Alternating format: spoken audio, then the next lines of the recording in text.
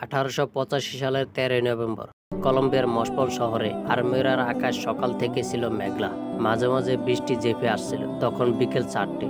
বাবা আলোভেরা ও ভাই আলোভেরার সঙ্গে জমি থেকে তুলে আনা ধান গোলায় তুলছিল 13 বছরের ফুটফুটে বালিকা ওমেরা সানচেজ। মা মারিয়া আলাইডা গিয়েছিল বাড়ি থেকে 160 কিলোমিটার দূরে থাকা কলম্বিয়ার রাজধানী বাগোটায়। সেখানে তিনি নার্সের কাজ করেন। হঠাৎ পশ্চিম দিক থেকে ভেসে আসছিল গুম গুম আওয়াজ। চমকে উঠেছিল উমায়রা। মেঘ ডাকার আওয়াজ ভেবে আবার মন দিয়েছিল কাজে। সব ধান গোলায় তুলে বাবা ও ভাইয়ের সঙ্গে বাড়িতে ফিরে এসেছিল উমায়রা। কাকিমা মারিয়া আলাইডার সঙ্গে রাতে খাবার তৈরির তোড়জোড় শুরু করেছিল। যে শব্দকে মেঘের আওয়াজ ভেবেছিল উমায়রা, আসলে সেটি 79 বছর পর জেগে ওঠা নেভাডা ডেল রুইস আগ্নেয়গিরি আরমোরা ভাঙার আওয়াজ। যে আগ্নেয়গিরিরা স্থানীয়রা চিনেন ঘুমন্ত সিংহ নামে। 1985 সালের সেপ্টেম্বর মাসেও একবার উসখুস করে উঠেছিল নেভাডা ডেল রুইস আগ্নেয়গিরি। কলম্বিয়ার institute of mining and geology October মাসে বানিয়ে দিয়েছিল একটি আসন্ন ভয়াবহ বিপর্যয়ের একটি ম্যাপ। সেই ম্যাপে বলা হয়েছিল সব থেকে ক্ষতিগ্রস্ত হতে চলছে ওমায়রাদের আরমেরা শহর। কান দেয়নি কলম্বিয়ার সরকার। বিকট আওয়াজে কেঁপে উঠেছিল আশেপাশে প্রায় 100 কিলোমিটার এলাকা। এক ভয়াবহ বিস্ফোরণে উড়ে গিয়েছিল আরমেরা শহর থেকে মাত্র 48 কিলোমিটার দূরে থাকা নেভাডা ডুইল রেজ তুষারাচ্ছাদিত চূড়া। আগ্নেয়গিরির জ্বালামুখ থেকে বেরিয়ে আসছিল উত্তপ্ত লাভার স্রোত। লাল ছায়ে ডেকে গিয়েছিল আকাশ। ফুটন্ত লাভার উত্তাপে গলে গিয়েছিল আগ্নেয়গিরির চূড়ায় থাকা বরফ ও পদদেশ থাকা হিমাবাহগুলি। বিশাল জলরাশি 3টে সর্বগ্রাসী ঢেউ তুলে ঘন্টায় 22 কিলোমিটার গতিতে ছুটে চলছিল গোয়াল নদীর খাদ ধরে। সঙ্গে নিয়ে চলছিল হাজার হাজার বোল্ডার, পাথর, গাছ ও কাদামাটি। ঢেউগুলো ছুটে চলছিল 14টি জনপদের দিকে। প্রথমে সবচেয়ে ভয়ঙ্কর আক্রমণটি এনেছিল সামনে থাকা আরমেরা শহরের ওপর। কোটি কোটি টন কাদা, গাছ ও পাথর নিয়ে আসা প্রথম ঢেউটি আঘাত হানার 30 মিনিট আগেই অন্ধকারে ডুবে গিয়েছিল আরমেরা শহর। শহরবাসীদের কানে আসছিল রক্ত জল করে দেওয়া কিছু আওয়াজ, কিন্তু কি হচ্ছে কেউ বুঝতে পারছিল না। তাই টর্চ নিয়ে বাড়ির বাইরে বেরিয়ে এসেছিল হাজার হাজার মানুষ। বাবা, ভাই ও কাকিমার সঙ্গে বাড়ির সাথে উঠেছিল উমায়রা। অন্ধকারের জোনাকির মতো ছোটাছুটি করতে থাকা টর্চগুলি ছাড়া অন্য কিছু নজরে আসছিল না উমায়রাদের। হঠাৎ একসঙ্গে নিভে গিয়েছিল কয়েক হাজার টর্চ। আর্তচিৎকার ভেসে এসেছিল চারদিক থেকে। শহরবাসী কিছু বুঝে ওঠার আগে আরমোরাকে আঘাত করেছিল পাথর, গাছের গুঁড়ি বয়ে আনা কাদামাটির প্রথম ঢেউটি। উমায়রাদের বাড়ির ছাদের উপর দিয়ে বয়ে যাওয়া 20 ফুট উচ্চতায় ঢেউটি ভাসিয়ে নিয়ে গেছিল উমায়রার বাবা ও ভাইকে। ভেঙে পড়া ছাদের বিম, লোহার কাঠামোয় আটকে গিয়েছিল উমায়রা ও কাকিমা। উমায়রাকে বুকে আঁকড়ে ধরেছিলেন কাকিমা, কিন্তু কাদার ঢেউ ক্রমশ গিলিয়ে নিতে শুরু করেছিল কাকিমাকে। কাদার স্রোতের নিচে তলিয়ে যেতে যেতে হাত দিয়ে কাকিমা ধরে ফেলেছিলেন উমায়রার পা দুটি। ঘটনার আকস্মিকতায় জ্ঞান হারিয়ে ফেলেছিলেন উমায়রা।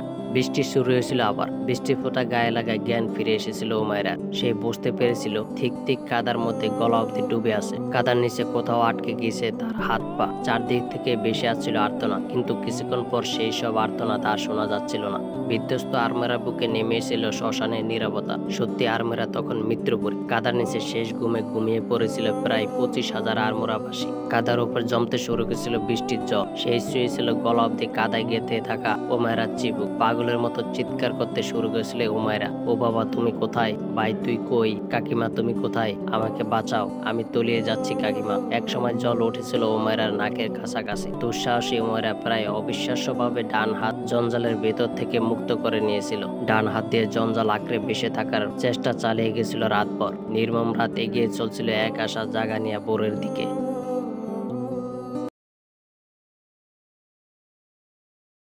দুর্ঘটনা প্রায় 10 ঘন্টা পরে এসেছিল রেড ক্রসের উদ্ধারকারী দল। উদ্ধারের কাজে হাত লাগিয়েছিল বেঁচে যাওয়া স্থানীয় মানুষেরা। গোটা আরমেরা জুড়ে ছিল কাদায় গেঁথে যাওয়া হতভাগ্য শহরবাসীরা। উদ্ধারকারীদের গলার আওয়াজ পেয়ে দেহের সর্বশক্তি একত্রিত করে উমায়রা চিৎকার করে উঠেছিল, আমাকে বাঁচাও, আমাকে বাঁচাও। মৃত্যুস্তূপে বালিকার গলার আওয়াজ পেয়ে চমকে উঠেছিল উদ্ধারকারী দলের সদস্যরা। তন্ন তন্ন করে খোঁজার পর দলটির এক সদস্য দেখতে পেয়েছিল উমায়রাকে। হাত ধরে টেনে তোলার চেষ্টা করেছিলেন। প্রবল যন্ত্রণার আত্মচিৎকার করে উঠেছিলেন উমায়রা। উদ্ধারকারীরা বুঝতে পেরেছিলেন উমায়রার পা আটকে গিয়েছিল কাদার নিচে। সারাটা দিন ধরে উমায়রাকে ঘিরে থাকা কাদা, পাথর, কাঠ, টালি ও কংক্রিটের ভাঙা টুকরো সরিয়েছিলেন উদ্ধারকারীরা। মুক্ত করে ফেলেছিলেন উমায়রার বাম হাত ও কোমর, কিন্তু হাজার চেষ্টা করে মুক্ত করা যায়নি উমায়রার পা দুটিকে। দেখা দিয়েছিল আরো এক বিপত্তি। উমায়রার চারপাশে থাকা জঞ্জাল সরানো মাত্রই গর্তটি ভরে যেতে শুরু করেছিল চারদিক থেকে ধেয়ে আসা জলে। আবার জলের নিচে তলিয়ে যেতে শুরু করেছিল উমাইরা। তাকে বাঁচিয়ে রাখার জন্য বুকের নিচে পরিয়ে দেওয়া হয়েছিল বাতাস ভরা টিউব। সামনে রাখা হয়েছিল লম্বা একটি ঢাল, যাতে সেই ঢালটি ধরে ভেসে থাকতে পারে। দুর্ঘটনার ৩৬ ঘন্টা পর এক ডুবুরি জলের নিচে গিয়েছিলেন, দেখেছিলেন এক শিউরে ওঠার দৃশ্য। গলা অবধি জলে হাঁটু মেরে বসে আছেন উমাইরা। তার দুটি পায়ের হাঁটুর নিচে অংশ পিষে দিয়েছে কংক্রিটের একটি বিম। পিষে যাওয়া পা দুটি চিপে ধরে আছেন উমাইরার মৃত কাকিমা। দ্রুত উঠে এসেছিল আতঙ্কিত ডুবুরি। ওয়াকিটকির মাধ্যমে উদ্ধারকারী দলটি বারবার একটি পাম্প ও গ্যাস কাটার পাঠানোর জন্য আবেদন জানিয়েছিল কলম্বিয়া সরকারের কাছে, কারণ বেলসা, স্ট্রেচার, গাইতি ছাড়া অন্য কোনো সরঞ্জাম ছিল না তাদের কাছে। হেলিকপ্টারে ঝুলিয়ে একটি বুলডোজার পাঠানোর আবেদন করেছিল তারা। যুদ্ধকালীন ভিত্তিতে আর্মোরাতে সেনা নামানোর কথা বলেছিল উদ্ধারকারী দলটি, কিন্তু সে আবেদনে সাড়া দেননি অমানবিক কলম্বিয়া সরকার, কারণ কলম্বিয়ার সেনারা তখন M90 গেরিলাদের বিরুদ্ধে লড়াই চলেছিল রাজধানী বোগোটার আশেপাশে। সব রকম চেষ্টা করে উমাইরাকে উদ্ধার করতে ব্যর্থ হয়েছিল রেড ক্রস। নিয়েছিল এক অবিশ্বাস্য সিদ্ধান্ত। কাদার নিচে আটকে থাকা উমাইরার পা দুটিকে অপারেশনের মাধ্যমে বাদ দিয়ে উমাইরাকে তুলে আনা হবে। প্রায় 1 ঘন্টা ধরে আলোচনা করেছিলেন চিকিৎসকরা। তারপর উদ্ধারকারী দলের নেতাকে চিকিৎসকরা জানিয়েছিল কাদা জলের নিচে গিয়ে এই অপারেশন করা সম্ভব নয়। তাছাড়া অপারেশন করলে নরকীয় যন্ত্রণা ভোগ করতে হবে বালিকাটিকে। অপারেশন করে বাঁচানো যাবে না উমাইরাকে, বিষাক্ত জলের কারণে গংগ্রিন হবে। তার থেকে বরং উমাইরাকে দেওয়া হোক স্বাভাবিক মৃত্যু। 50 ঘন্টারও বেশি এক গলায় কাদায় দাঁড়িয়ে আছেন ফুটফুটে মেয়েটি। অস্বাভাবিক হারে কমতে শুরু করেছিল তার শরীরের তাপমাত্রা। আর মাত্র কয়েক ঘন্টা প্রকৃতির নিজে ব্যথাহীন মৃত্যু উপহার দেবে উমাইরাকে। এই মর্মান্তিক সিদ্ধান্ত নিয়েছিলেন সবাই, যদিও তারা জানতেন এক নির্মম ও যন্ত্রণাময় থেকে মৃত্যু উপহার পেতে চলছে উমাইরা। উমাইরা জানতো না তার মৃত্যু পরোয়ানা সই হয়ে গিয়েছে। তাই বুঝি সেই এক বুক বাঁচার আশা নিয়ে গল্প শুরু করেছিলেন কলম্বিয়ার সাংবাদিক সান্টা মারিয়ানার সঙ্গে। উমাইরার পাশে সান্টা মারিয়া ঠাই বসেছিলেন। সেই 14 তারিখ সকাল থেকে 13 বছরের বালিকাটি টিকে থাকার লড়াই দেখে বাসা হারিয়ে ফেলেছিলেন সেখানে উপস্থিত সবাই। 2 দিন ধরে উমাইরার সাথে গল্প করেন, বালিকাটিকে অন্যমনস্ক রাখার চেষ্টা করেন সবাই। মারিয়ার কাছে খেতে চেয়েছিলেন মিষ্টি ও সফট ড্রিঙ্কস। অনেক দূর থেকে খাবার দুটি জোগাড় করে এনেছিল মারিয়া, মিটিয়েছিল উমাইরার শেষ ইচ্ছা। এরই মাঝে উমাইরার একটি ইন্টারভিউ নিয়েছিলেন সান্টা মারিয়া, যে ইন্টারভিউ থেকে বিশ্ব জেনেছিল 13 নভেম্বরের ভয়াবহ সেই রাতের কথা। গলা অব্দি ডুবে থাকা উমাইরা মারিয়াকে শুনিয়েছিল বেশ কয়েকটি গান, যে গানগুলো শিখেছিল তার মায়ের কাছ থেকে। সূর্য ওঠার গান, সবুজ মাঠে সোনার ফসল ফলানোর গান। গান শুনে চোখে জলে এসেছিল মারিয়ার। তখনও বাঁচার আশা নিয়ে লড়তে থাকা উমাইরা জানতো না তার জীবনের সূর্য চিরতরে নিভিয়ে দিতে চলেছে তার এ দেশের অমানবিক সরকার। নির্মম মৃত্যুর দিকে তাকে এক পা করে এগিয়ে দিচ্ছে বিবেকহীন সমাজ। ফরাসি চিত্র সাংবাদিক ফ্রাঙ্ক ফোর্নিয়া এসেছিলেন বাগোটায়। 5 ঘন্টা গাড়ি চালিয়ে 2.5 ঘন্টা পায়ে হেঁটে উমাইরার কাছে পৌঁছেছিলেন। 15 নভেম্বর রাতে শক্তিশালী টর্চের আলো ফেলে রাখা হয়েছিল উমাইরার ওপর। সবাইকে বিশ্রাম নেওয়ার জন্য বারবার অনুরোধ করেছিলেন উমাইরা। সবাই তার পাশ থেকে সরে গেলে সে একটু ঘুমাতে পারবে। সেদিন মাঝরাত থেকে ভুল বকতে শুরু করেছিল উমাইরা। জড়ানো গলায় সে বলেছিল, 2 দিন আমি স্কুলে যাইনি, আমায় স্কুলে দিয়ে এসো, না হলে অঙ্ক পরীক্ষা দিতে পারবো না, 1টা বছর নষ্ট হয়ে যাবে আমার। উমাইরার কথা শুনে দূরে সরে গিয়ে কান্নায় ভেঙে পড়েছিল মারিয়া। সবাই আবার ঘিরে ধরেছিল উমাইরাকে। কেউ কেউ মাথায় হাত বুলিয়ে দিচ্ছিলেন, কেউ কেউ চুমে খাচ্ছিলেন জলে ভিজে কাগজের মতো সাদা হয়ে যাওয়া ঠান্ডা হাত দুটিতে।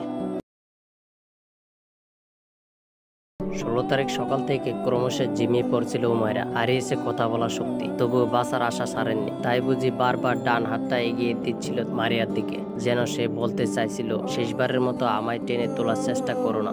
মারিয়া লক্ষ্য করেছিলেন উমাইরার টানা টানা চোখ দুটিতে রক্ত জমতে শুরু করেছে। মুখের রং দ্রুত কালচে বাদামি হতে শুরু করেছে। উমাইরার জীবনের অন্তিম মুহূর্তগুলি ক্যামেরায় ধরে রেখেছিলেন চিত্র সাংবাদিক ফ্রাঙ্ক ফোর্নিয়া। আপাতত দৃষ্টিতে ঘটনাটি অমানবিক মনে হতে পারে, কিন্তু বর্বর কলম্বিয়া সরকারের মুখোশ খুলে দেওয়ার জন্য ক্যামেরা ছাড়া আর কোনো অস্ত্র ছিল না ফোর্নিয়ার কাছে। বেলা তখন 10টা। উমাইরার মাথা পিছন দিক থেকে হেলে গিয়েছিল। বড় বড় শ্বাস নিচ্ছিল উমেরা। রক্ত জমা চোখ দুটি ক্রমশে বন্ধ হয়ে আসছিল অসীম ক্লান্তিতে। সর্বশক্তি একত্রিত করে মৃত্যুকূপ থেকে শেষবারের মতো বেরিয়ে আসার চেষ্টা করেছিল উমেরা। শেষবারের মতো চোখ খুলে সুন্দর এই পৃথিবীটাকে দেখে নিতে চেয়েছিল। উমেরা সেই চাহনি ক্যামেরাবন্দি করেছিলেন পূর্ণিয়া। সেই চাহনিতে অপরিসীম ঘৃণা। এরপর কোকড়া কালো চুলে ভর্তি উমেরা মাথা ডুবে গিয়েছিল জলের ভিতরে। কেবল নাক, মুখ ও একটি চোখ দেখা যাচ্ছিল উপর থেকে। তখন ঘড়িতে 10টা 5 মিনিট। শেষ হয়েছিল দুঃসাহসী উমেরার টানা 60 ঘন্টার লড়াই। অমানসিক যন্ত্রণা নিয়ে নিজেকে চিরতরে মুক্ত করে নিয়েছিলেন সে। উমাইরের নিথর শরীর ঢেকে দেওয়া হয়েছিল নীল সাদা চাদর দিয়ে।